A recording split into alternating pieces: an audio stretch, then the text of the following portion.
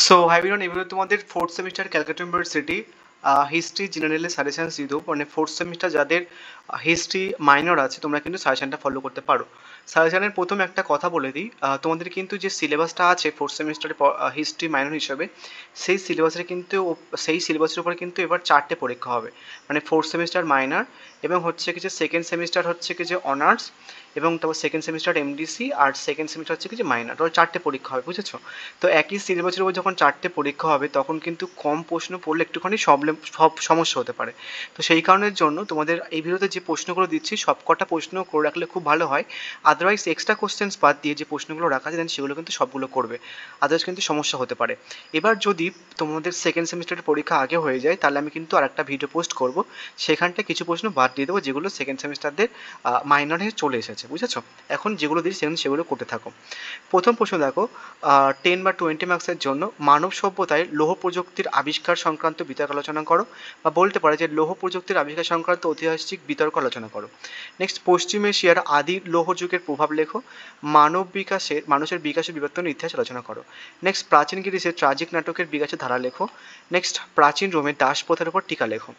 Next প্রশ্ন হচ্ছে কি যে ভারতের গ্রিস দাস প্রথার উপর টিকা লেখো, বা বলতে পারে যে প্রাচীন গ্রিসের সমাজ ও অর্থনীতিতে দাস প্রথা কীভাবে একটি স্বাভাবিক বৈশিষ্ট্যে পরিণত হয়েছিল। নেক্সট, নব্যপ্রস্তর যুগীয় বিপ্লবের উদাহরণ বা তাৎপর্য লেখো। গ্রিক্সের পুলিশের বৈশিষ্ট্য ও পতনের কারণ লেখো। তো টোটাল আমি 8টা প্রশ্ন দিয়েছি 10 বা 20 মার্কসের জন্য। ওখান থেকে 8টা খুব ভালো করে করবে। এর কয়েকটা এক্সট্রা প্রশ্ন রেখেছি আমি, যেমন প্রাচীন মিশরের আর্থ সামাজিক ও সাংস্কৃতিক বৈশিষ্ট্য আলোচনা করো। প্রাচীন রোমের কৃষি অর্থনীতির বৈশিষ্ট্য লেখো। নেক্সট, গ্রিক পুলিশের কীভাবে গঠন হয়েছে এবং এর বৈশিষ্ট্য কী। স্পার্টার সংবিধানের বৈশিষ্ট্য লেখো। প্রাচীন গ্রিক সমাজের সামাজিক শ্রেণীবিভাগ আলোচনা করো, বা প্রাচীন মিশরের রাষ্ট্র ব্যবস্থা সম্পর্কে আলোচনা করো। তো মোটামুটি যে কটা রাখা আছে দেখো, তোমাদের টোটাল মেন প্রশ্ন রেখেছে, মোস্ট ইম্পর্টেন্ট প্রশ্ন হচ্ছে কিছু 8টা। তো তোমাদের কিন্তু 4টে মার্কসের দেবে, 4টে 20 মার্কসের দেবে। তো যেখান থেকে মোটামুটি দুটো দুটো করে করতে হয়। তো যে কটা দেবে পরীক্ষা দিন সে কটা রেখেছি আমি। তো সেই কারণের জন্য কিছু এক্সট্রা রেখেছি যাতে তোমাদের সমস্যা না হয়। ওই 8টা প্রশ্ন খুব ভালো করে করবে, তারপর এক্সট্রা প্রশ্নগুলো করবে। এবার 5 মার্কসের প্রশ্নগুলো দেখে নাও। প্রথম প্রশ্ন হচ্ছে কিছু পশুপালক যাযাবর প্রবৃত্তি বলতে কী বোঝো। নিম্নপ্রস্তর যুগের উপর একটি টিকা লেখো। নেক্সট প্রশ্ন হচ্ছে যে প্রাচীন মিশরের অর্থনীতির উপর সংক্ষিপ্ত টিকা লেখো। প্রাচীন রোমের ব্যবসা বাণিজ্যের সংক্ষিপ্ত বিবরণ দাও। নেক্সট প্রশ্ন হচ্ছে কি যে প্রাচীন মিশর স্থাপত্যের উপর সংক্ষিপ্ত টিকা লেখো। উচ্চ পূর্বপ্রস্তর যুগের উপর টিকা লেখো। প্রাচীন মিশরের ধর্ম সম্পর্কে আলোচনা করো। তো মোটামুটি ধরো 7টা প্রশ্ন রেখে তোমাদের 5টা আছে পরীক্ষাতে, 5 মার্কস আমি 7টা রেখেছি। তো 7টা খুব ভালো করে নেবে।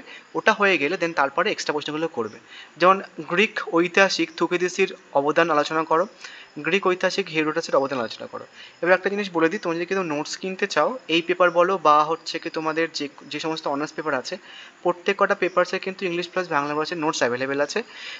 কেউ যদি নোটস কিনতে চাও এই নাম্বার হোয়াটসঅ্যাপ করতে পারো। এবার আসি হচ্ছে কি তোমার স্পার্টার হেলথদের ভূমিকা আলোচনা করো। স্পার্টার শ্রেণীবিন্যাস সম্পর্কে আলোচনা করো। নেক্সট হচ্ছে কি তোমার এথেন্সের বৌদ্ধিক বিকাশে দার্শনিক সক্রেটিসের ভূমিকা আলোচনা করো। স্পার্টার মোটামুটি বিদ্রোহ সম্পর্কে সংক্ষিপ্ত টিকা লেখো। সো মোটামুটি হচ্ছে কি যে তোমাদের এইটুকু পড়লে হয়ে যাবে। ধরো 7টা প্রশ্ন 6টা প্রশ্ন এক্সট্রা রাখা আছে। তো এটা করে নেওয়ার হয়ে মানে ম্যাক্সিমাম টাইম দেখা যায় যেগুলো হচ্ছে কি যে রাখা আছে ওপরে এক্সট্রা প্রশ্ন বাদ দিয়ে তার মধ্যে থেকে চলে আসে। বাট যেহেতু আমাদের 4টে পরীক্ষা হবে একই সিলেবাসের ওপরে ওই কারণের জন্য এক্সট্রা প্রশ্নগুলো দিলাম।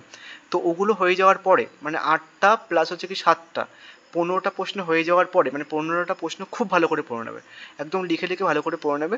ওটা হয়ে যাওয়ার পর এক্সট্রা প্রশ্নগুলো যতটা পসিবল করার চেষ্টা করবে, তাহলে মোটামুটি যে কটা পরীক্ষাতে প্রশ্ন আসবে সব কটা লিখতে পারবে। So thank you.